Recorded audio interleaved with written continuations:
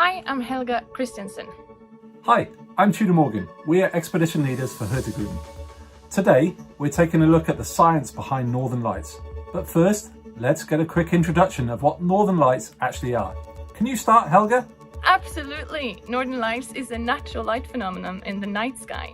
In Latin, they're actually called Aurora Borealis, that literally translates into the northern dawn.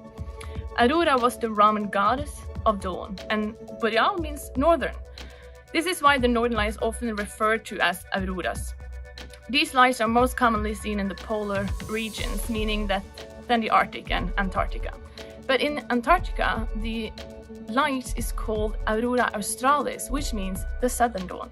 Most auroras occur in a belt known as the aurora zone. These two zones stretch around the northern and southern hemisphere as a 2,000 kilometre stripe in a latitude 10 to 20 degrees from the geomagnetic poles. In the Arctic, these mesmerising lights are most likely to be seen above the Arctic Circle. There are several reasons for this. First of all, there are the polar nights this far north in winter. Polar nights mean that the sun does not rise above the horizon. It's basically pretty dark there, and further north you are, the longer this darkness lasts. To give an example, in Ernest, just above the Arctic Circle, they have a little bit under 2 hours of daylight when it's winter. But at the North Cape, which is almost the northernmost point in Norway, there is no daylight whatsoever from around 20th of November until the 22nd of January. That means 2 whole months of darkness. On the other hand, they have no night from May 12th to the 31st of July. The phenomenon is known as the midnight sun. Short days and long nights make it easier to see the auroras in the sky between October and March. But what causes them? Let's talk some science. Well, okay then. Well, the northern light starts on the sun, situated 149,600,600 kilometers away from Earth. The sun constantly produces a lot of energy.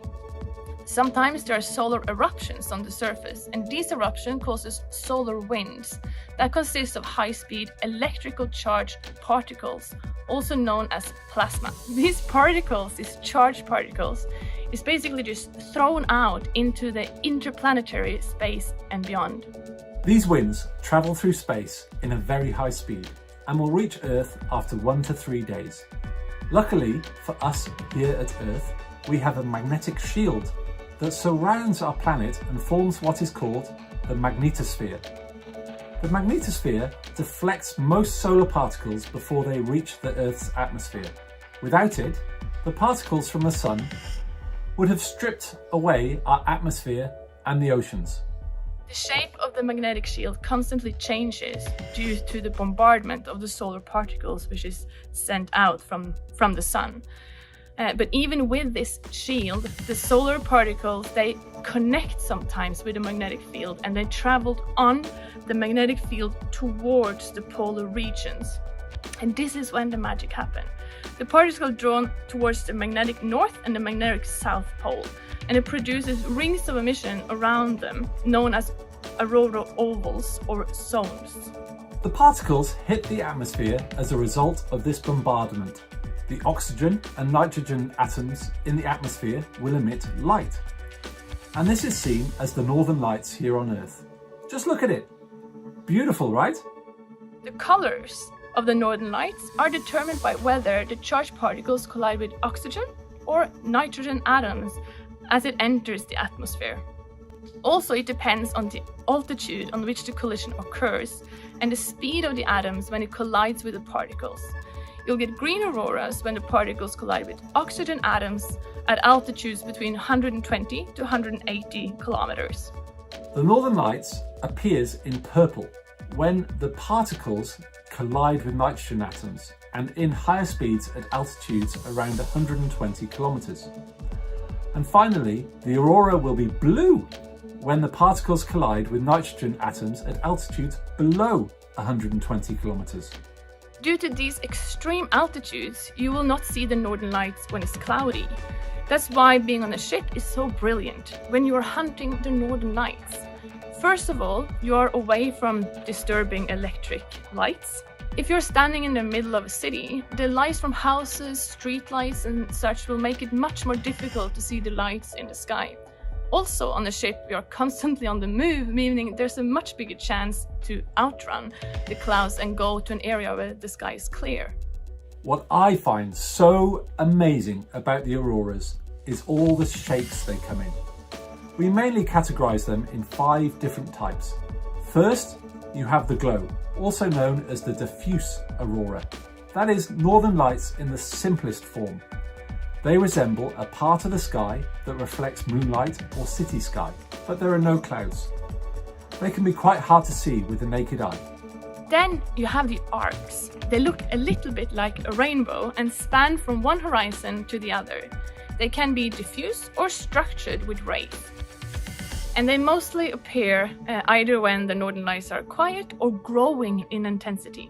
At low latitudes, this magical light show usually begins with an arc in the horizon. The arc will appear differently if you see it from afar or if you're situated right beneath them. Then you have the drapery auroras, also called curtains, bands or ribbons. They will appear as swirls that folds or even look a bit like a snake that moves across the sky. The drapery can move slowly or with moderate speed. And when the northern lights intensifies, they start dancing. When you see these, it's usually a sign of active auroral conditions, meaning there will be lots of them. The northern light pillars are spectacular features.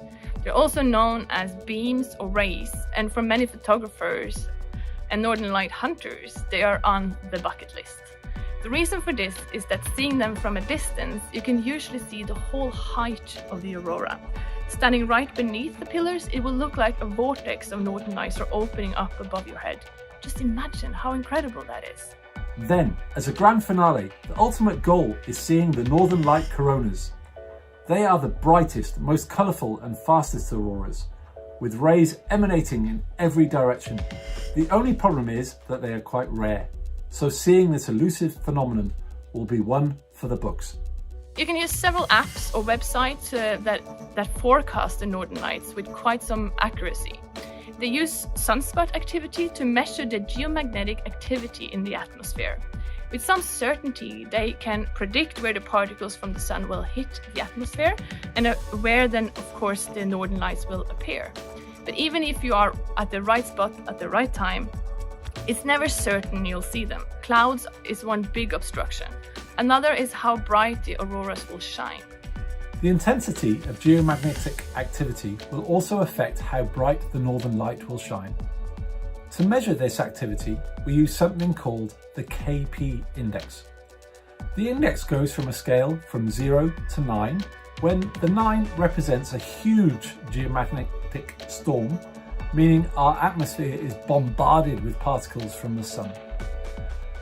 A scale 9 on the KP index is very, very rare and happens approximately 4 days every 11th year. The few times we have geomagnetic storms on scale 9, the northern lights will shine so bright it will be visible in the south of England, central France, Texas in the US, and northern Mexico. So this is why the further north you are, the bigger the chance is for seeing nature's own light show, because northern lights down to 1, 2 and 3 on the KP scale can be seen here. Quite impressive, right? So why don't you come and hunt the light with us? Either on a winter cruise or expedition along the Norwegian coast, or on a land-based adventure to Svalbard. Even if you now know what causes the northern lights, we promise it will be a totally magical experience.